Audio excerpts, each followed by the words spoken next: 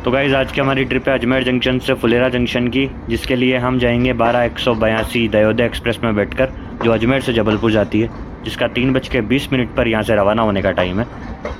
ये दिल्ली सराय रोहिल्ला निकल रही है साइड में लगने के लिए, और हम प्लेटफॉर्म नंबर 6 से अजमेर जंक्शन रेलवे स्टेशन पर एंटर हुए हैं। तो गाइज़ देख लीजिए अजमेर जंक्शन का व्यू, जहाँ गुड्स का सामान रखा हुआ है काफ़ी सारा। तो गाइज़ ये है हमारी ट्रेन 12-182 अजमेर जबलपुर दयोदय एक्सप्रेस, जो वेट कर रही है 3:20 का, जब ये रवाना होगी। और आगे लगा हुआ है वैप 7 लोकोमोटिव, जो आपको दिख रहा होगा। तो गाइज़ ट्रेन रवाना हो चुकी है अजमेर जंक्शन रेलवे स्टेशन से। इसके करेक्ट टाइम 3:20 पर। और अब ये सी शेप में कर्व करेगी। राइट साइड में कर्व आपको नज़र भी आने लग गया होगा। सामने डायरेक्ट प्लेटफॉर्म नंबर 1 आपको नज़र आ रहा है, क्योंकि पूरा स्टेशन कर्व शेप में बना हुआ है। आगे पूरी ट्रेन कर्व होती हुई निकल जाएगी मदार जंक्शन की तरफ। तो कर्व होना शुरू हो चुकी है ट्रेन, आपको कर्व नज़र भी आने लग गया होगा। तो गाइस ट्रेन के अजमेर से रवाना होने के बाद पहला जो स्टेशन आता है वो है मदार जंक्शन। हालांकि वहाँ इसका स्टॉपेज नहीं है, लेकिन वो यहाँ से 6 किलोमीटर दूर है और अजमेर का ही सब स्टेशन है। लेकिन मदार जंक्शन तक 6 किलोमीटर तक की डिस्टेंस में सारा जो ट्रैक बना हुआ है वो पूरा का पूरा कर्व करते हुए बना हुआ है, क्योंकि अरावली की पहाड़ियों की वजह से ये कर्व हो रहा है। सामने अरावली की पहाड़ियाँ हैं, इसलिए पूरे के पूरे ट्रैक को कर्व करते हुए बिछाया गया है।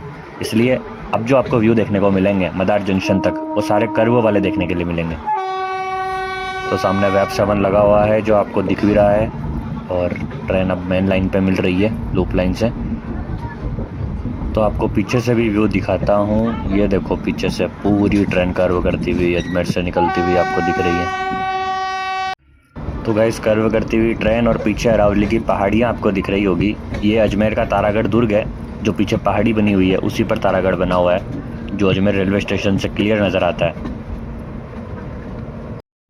तो गाइज़ ये जो सामने आपको पहाड़ियाँ दिख रही है, इसी की वजह से ये पूरा कर्व बना हुआ है, क्योंकि इन पहाड़ियों के राइट साइड में पूरी ट्रेन को घुमाते हुए ले जाया जाएगा।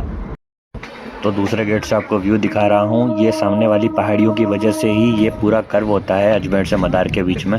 और अब ये यहाँ से कर्व स्टार्ट हो गया है और इन पहाड़ियों की पूरी परिक्रमा ली जाएगी अब।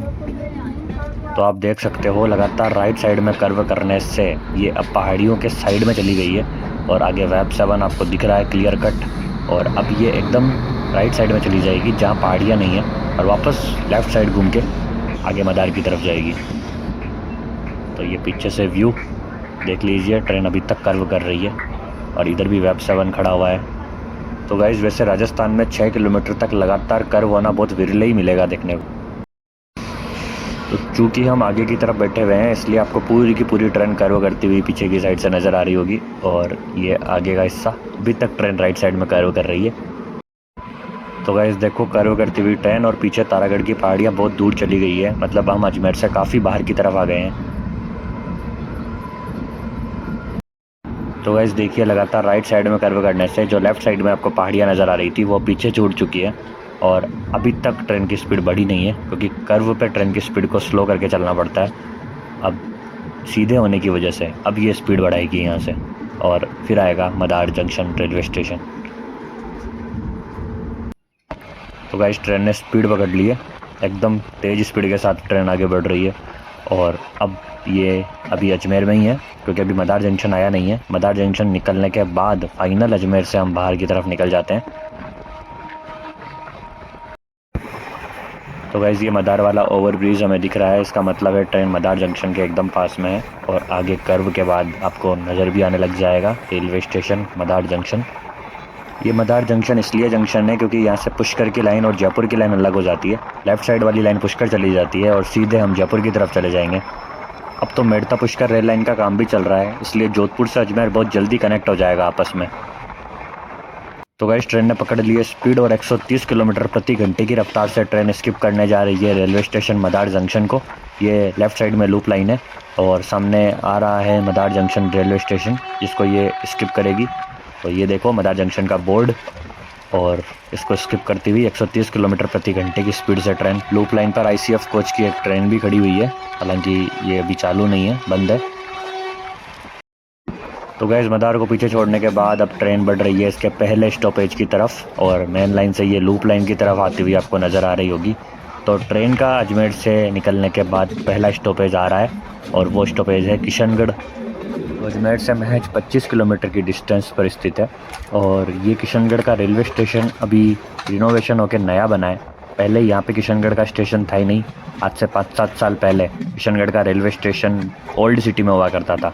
अभी ये थोड़ा दूर बना दिया गया है किशनगढ़ से, लेकिन अब बहुत अच्छे वेल मैनेज्ड तरीके से इसको प्रिपेयर किया गया है।